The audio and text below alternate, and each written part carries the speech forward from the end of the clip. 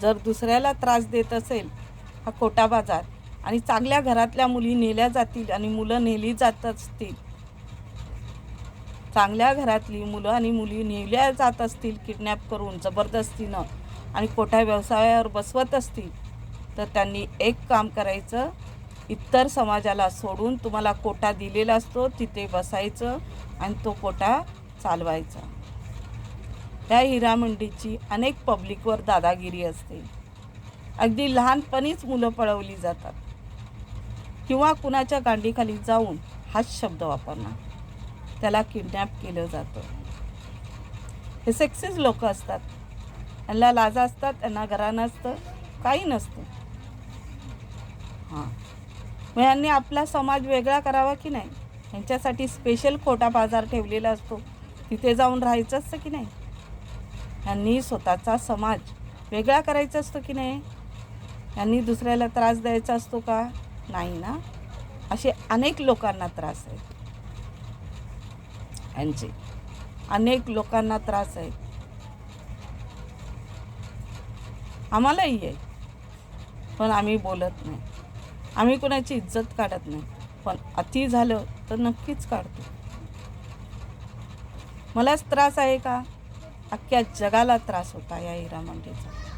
मग ह्या हिरामंडीत तुम्ही आमची मुलं किडनॅप करून घेऊन देहविक्री करत होता फुकटमध्ये, त्यांना धमक्या देत होता, त्यांच्यावर दादागिरी करत होता. असा एवढा मोठा तुमचा कोटा वाढला, हा तुमचा कोटा व्यवसाय एवढा मोठा वाढला, अख्ख्या जगभर वाढला, आणि त्याचीही लोकसंख्या. असंच आम्ही म्हणू, असंच आम्ही म्हणू. एवढी दादागिरी? आम्ही राहायचं नाही या ब्रह्मांडात? मग कुठे जायचं?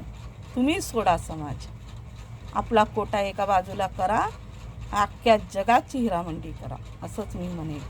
चांगल्या घरातल्या मुलं मुली पळवल्या त्यांनी, काही लोकांना सेक्स देऊन त्यांची लुटालूट केली, काही बायकांना लुटले यांनी, बायका पुढे करून प्रत्यारोप केले. आरोपच नाहीत तर प्रत्यारोप करण्यात आले. एवढी यांची दादागिरी. तर त्यांनी एवढी दादागिरी आपल्या घरात ठेवावी, कोट्यामध्ये, कोट्या व्यवसायावर चालवावी. छान वाटते ती. तिथे दादागिरी दल्ल्यांची आणि दल्लिनींची चांगली वाटते. छान वाटते की नाही? मग तिथेच करावी, तिथेच किडनॅपिंग करावी, आणि त्या कोटामधल्या आपल्या काढलेल्या पोरी आणि पोरं त्यांना घेऊन कोटा व्यवसाय चालवावा. इतरांच्या मुलं मुली नेऊ नये. त्या नेल्यानंतर इतर समाज तुम्हाला असंच बोलणार, बोलणार की नाही? मग बोलणारच. तुम्ही बोललात तर बोलणारच. मग आपल्या लिमिटमध्ये राहायचं. आपली प्रोफेशन काय आहे हे ओळखायचं आणि आपला समाज वेगळा करायचा.